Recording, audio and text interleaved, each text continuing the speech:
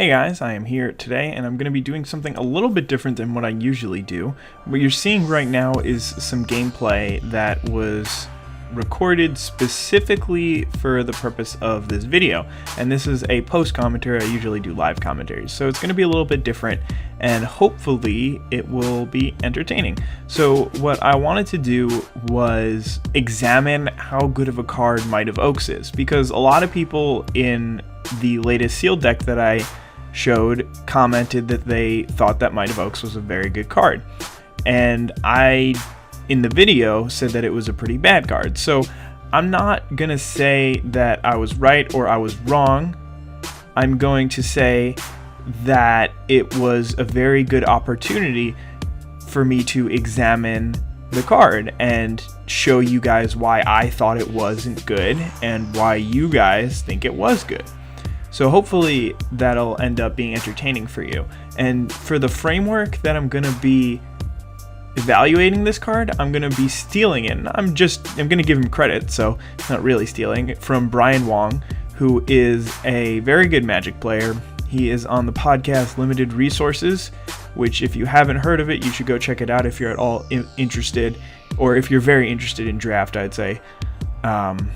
And it's just a really interesting podcast. They talk about the current limited format, and yeah, so he's one of the hosts on that show, and he is just a very, very good Magic player, much better than I am, and probably better than I ever will be, and I think I'm okay with that because he's very good. But anyway, he came up with this framework of this is how most limited games will go. There's 4 different stages. So there's going to be development, offense, defense, and parity.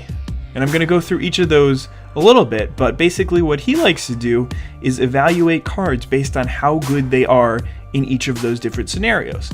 Obviously, they're not all weighted equally, and sometimes you have to say, all right, well, maybe this card is only good in 2 of the stages of the game, but it's very good in those stages of the game, and it's really hard to find cards that are as good in those stages of the game. So that's going to be what I'm going to be using to evaluate this card, Might of Oaks. And if you want to see me do other cards like this in this fashion, then let me know. But anyway, the gameplay is of my red-green aggro sealed deck, and I'm playing against what happened to be a subscriber. I just randomly ran into him, and he's playing. The first game was a mono black deck, and then, or maybe the first 2 were mono black deck, and then the next one was a black white deck. And there's some aggressive elements, some controlling elements to his decks, but that's not the point. So anyway, Might of Oaks. This card, or actually back to the framework, I haven't explained it yet. So development, that's going to be the first few turns of the game. So how good is this card when you're just starting out the game? For instance, a 2-mana 2/2 is pretty good at the beginning of the game. It can trade off, it can start attacking it for some damage, it'll get its value in the development phase, but past that it becomes more relevant. But I guess I'll go over the other stages later. But basically, the development is just going to be the first few turns, how good it is on curve. So for instance, in Might of Oaks case, I guess it's not really for instance, but in the case of Might of Oaks, when you play a 2-drop and then a 3-drop, when you get to your 4th land drop and you attack and then they block with something that's bigger and then you Might of Oaks it, how good is that? And in my opinion, Might of Oaks is an okay development card, because what it does is it doesn't help you advance your board, but it does detract from their board in some sense. But it costs 4 mana, and they're gonna be aware that you might have a trick, so any creature that they're losing at this point in the game is not one that was going to be so relevant over the long haul. It could have done some damage, you don't know, it really depends on the specific game, but for instance, this is just a bad example, but if I have a 1/2 or something like that, and my opponent has a Vitu-Ghazi Guildmage, which is just a very, very powerful 2/2, which has long-lasting effects on the game, then he's not going to block my 1/1 when I attack into him. So you just got to be, he's going to be wary, and it's going to make Might of Oaks a lot worse, where I might be able to trade out my 2/2 for a 3/3, but it'll cost me 4 mana, and my opponent only costs 3 mana. So the ability to, for Might of Oaks to trade up in converted mana cost is really hard, and I think that's what makes it below average in terms of the development. It's not terrible, it's definitely still okay, which some cards are terrible in the development stage, but this is probably not one of them. For instance, like Endless Ranks of the Dead. The card is god-awful if you play it on turn 4 on curve. Unless you play a zombie on turns 1 and 2 and 3 and they don't die, then it becomes okay. But anyway, random aside, I just hate that card so much. Anyway, continuing. The next stage that I'm going to go over is offense, or winning, or attacking. One of the three. I'm not sure exactly the term that he used, but anyway, this is when you have your opponent on the defensive. So you're charging in there, getting in for more damage. They have to play creatures and block with them. They might not necessarily want to block. They have to tap out on their turn. That's a very, very important factor when you're talking about Might of Oaks, because a lot of the time when they're behind, then you're going to have a big creature and they're going to have a couple of small ones that they manage to scrounge together, and they're going to be at a low enough life total that either you can just Might of Oaks an unblocked creature to win the game when they're tapped out, or you can Might of Oaks a creature that they double blocked, and then that'll eventually win you the game. So really, in offense or attacking, Might of Oaks is a very, very good card when you're winning the game. But when you look at it, winning is the quadrant of the 4 stages that I'm not even making this up myself. I'm just basically explaining to you what he said, is that winning is the stage that's pretty much the easiest to fill. Because, okay, you didn't play Might of Oaks, you attacked with your 4/4, they double blocked with 2 2/2s, kill it, and then instead you play a 3/3 on your turn. Then you still replace your 4/4 with a 3/3, and that's going to be good. So it's obviously not as good as if you had your 4/4 and both their creatures died, but it's still pretty similar. So many cards that you're going to be able to play are very good when you're winning. So by prioritizing a card like Might of Oaks, you might not be at such an advantage, is kind of what I'm trying to say. So in terms of winning in that quadrant, Might of Oaks is very good, but there are other things that you can get, so that makes it not so much of an advantage over the other ones. Now we're going to go defense or losing, and this is where Might of Oaks is at its worst. This is basically when you're going to have to tap out to play creatures, and they're probably going to have a couple of answers, and there's a very good chance that they're going to be attacking you. When they attack you, they have all their mana untapped. They can play Murder, they can play Unsummon. This is when Might of Oaks is at its worst, and it's basically just god-awful. The only way it would ever be good is if they had one threat that was beating you down and you couldn't deal with it, and then Might of Oaks allowed you to deal with it. But even then, you still have to have some sort of board position, so it's very, very hard to say that Might of Oaks is good when you're losing. And then the final section or quadrant of the last stage is going to be parity. And I would say that Might of Oaks is sometimes good, sometimes bad, and sometimes just neither at parity. So this is when the game's gone on for a while and neither player has a real advantage over the opponent. You're both at similar life totals, or the board is completely stable, neither person can attack on each other. Might of Oaks can enable you to attack, but really for only one turn, because obviously the best case scenario is he triple blocks and doesn't have a trick of his own. You play Might of Oaks and you win, but that doesn't always happen. A lot of the times what happens is, since the game's gone on so long, both players have mana untapped. Anytime you play Might of Oaks, you're going to be taking on a certain element of risk, because they could just have an instant speed trick, an unsummon, a murder, anything like that, and then Might of Oaks just goes from being a good spell to being a terrible spell. And chances are, if you're at parity, they won't risk a triple block because they don't really have any reason to, especially since you're making the attack, it was previously parity. They can kind of infer some information from that scenario that you will have some sort of trick. And then Might of Oaks doesn't even become much better than a Giant Growth, it just costs 4 mana, though the cost is mitigated by the fact that you are at parity. So I think that the final say on that is that when you're in parity, Might of Oaks can be good, can be bad, but it's definitely not great. So when you go and look over the overarching evaluation, sorry about that. When you go look over the overarching evaluation, you can see that Might of Oaks is okay in development, excellent in attacking, terrible in losing, and okay at parity. So it's very good in the easiest quadrant to fill, and in the hardest one, or maybe the hardest one, I'm not really sure, losing, it's not that good, and in the two middle ones, it's okay. And that just means that it could be a good card, it could be a bad card. It really depends on how good at each of the sections it is. But in my opinion, that's not really a card that I'm gonna prioritize, because it's only good in the section, or it's only very good in the section that's very easy to fill. So that's why when I see a card like Might of Oaks, I don't immediately give it a lot of credit. But, I mean, there are other situations that aren't really covered by the framework, which I'm sure somebody in the comment section is going to point out, such as a race, which I don't know why he didn't include it, but I think it's just because it doesn't happen every single limited game, whereas these phases generally happen in every game. And in a race, Might of Oaks is obviously very good, especially if they have to tap out to play spells on their turn, and then you just get to attack with all your creatures, and then all of a sudden, Might of Oaks, bam, game over. So there's no parity because nobody can really stop the other person, but you're both kind of attacking past each other. But either way, that is pretty irrelevant. So Might of Oaks is definitely an interesting card, and I hope that these games will show you how that card is pretty interesting.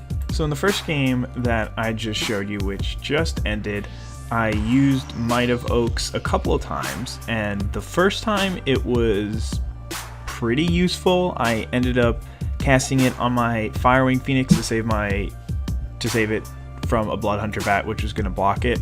So it was really very low impact. I mean, it was pretty important since I didn't have the third mountain to return my Firewing Phoenix to hand.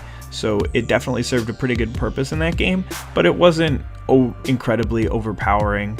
And then I used it again later in the game, and that was a little bit more fishy because I should have been losing, but he murdered my creature before I had a chance to cast the combat trick. So that was a little bit awkward. If I had cast the combat trick and then he had murdered my guy in response, and I would have been in very bad shape. And I was pretty much committed with that attack to casting a Might of Oaks that turn. And the reason why I did that is because the turn before I figured he would have cast the murder if he had one, and I think he must have just drawn it, or maybe I'm mixing that up with a different scenario.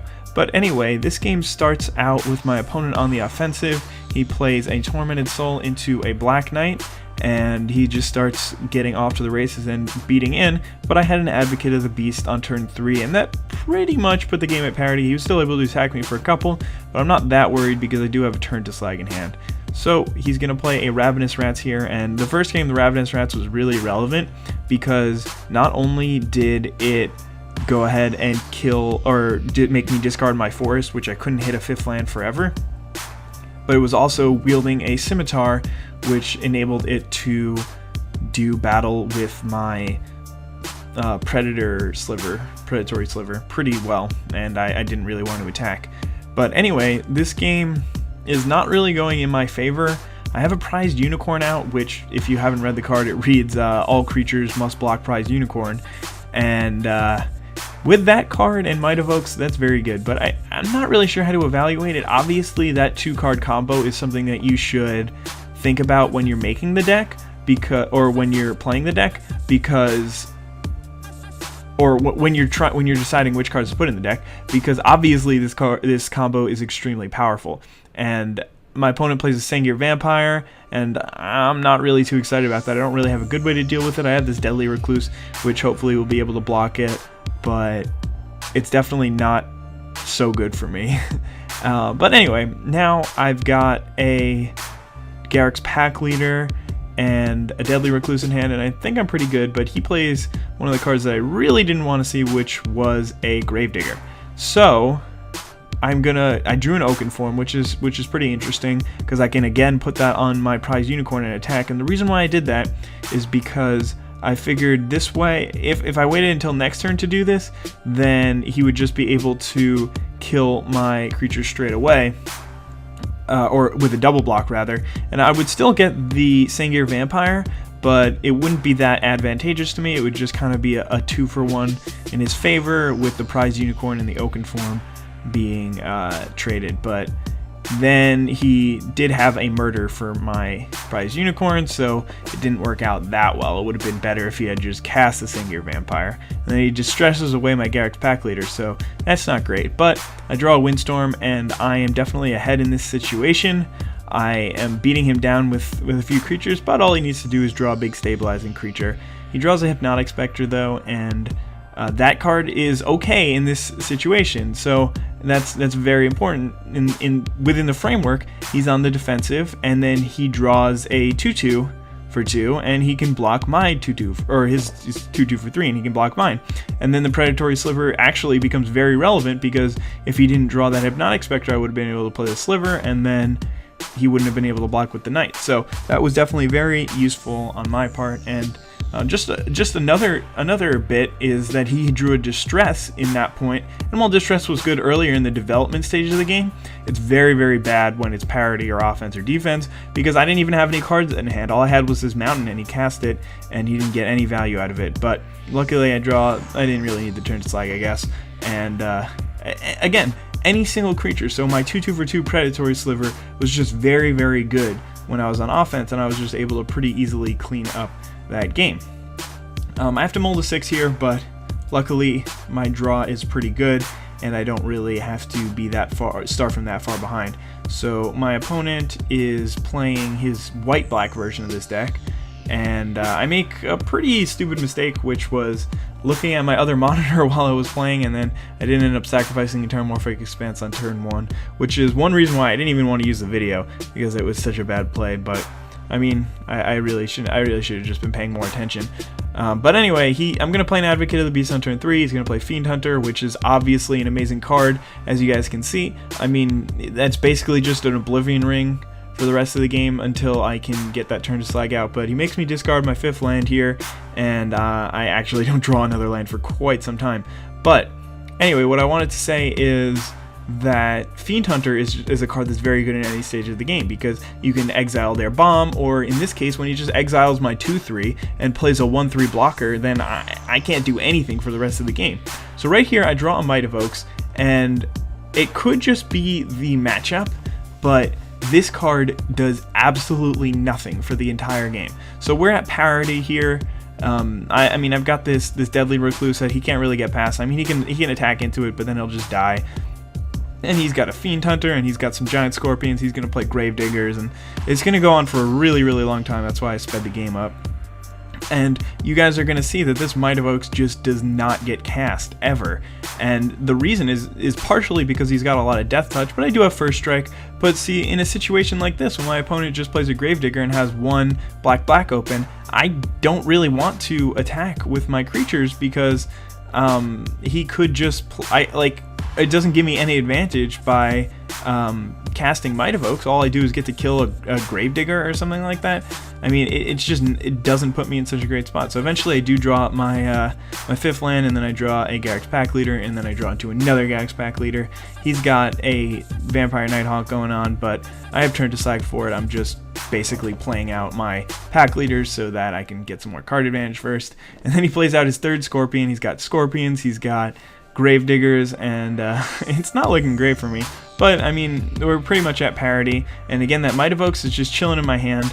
Again, partially because he's got a lot of Death Touchers, and Might of Oaks is particularly weak to Death Touch. But it's also because a lot of the times he's got mana up, and I don't really want to risk it. But anyway, I'm going to draw Firewing Phoenix, which is probably the best card in my deck. And it was a very good draw here, because even though my deck is built to be a little bit more aggressive, it's going to allow me to fight the long game. So right here, I draw Windstorm, and I have a little sequence going on in my head where I'm just like, all right, all I have to do is put Oakenform on my Firewing Phoenix and Windstorm.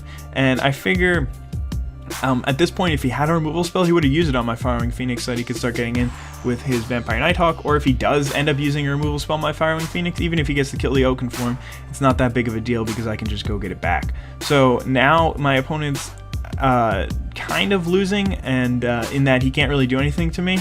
And I'm still a little bit worried that he might have a removal spell, so that's why I don't just go for the win there. I could have just not cast the Shortcutter and double Might of Oaks my Firewing Phoenix and just hit him for 21. but he ends up having a removal spell. No, he doesn't end up having a removal spell, and I'm just going to be able to win, but not in the next turn, because now he drew a removal spell, which I guess he must have drawn it last turn, and that, I guess, kind of, I don't know. But anyway, Might of Oaks in the end was just not very useful, because all it did was inflict 7 damage to him, but he had no way to deal with the Firewing Phoenix in general, and he was going to lose anyway because I just had so much more card advantage. So overall, I think that Might of Oaks was very good in one of them, which was the middle game.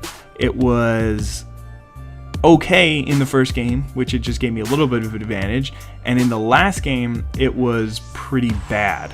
And though I did end up winning the game, it really had nothing to do with Might of Oaks, and it could have just been the matchup, but it definitely was pretty bad there. So I hope you guys enjoyed this video. Let me know, and if there's anything that I should have done differently, or if there's anything that I did right. I guess I'd be pretty happy if you mentioned that too. So I hope you guys enjoyed the video, and have a wonderful day. Bye.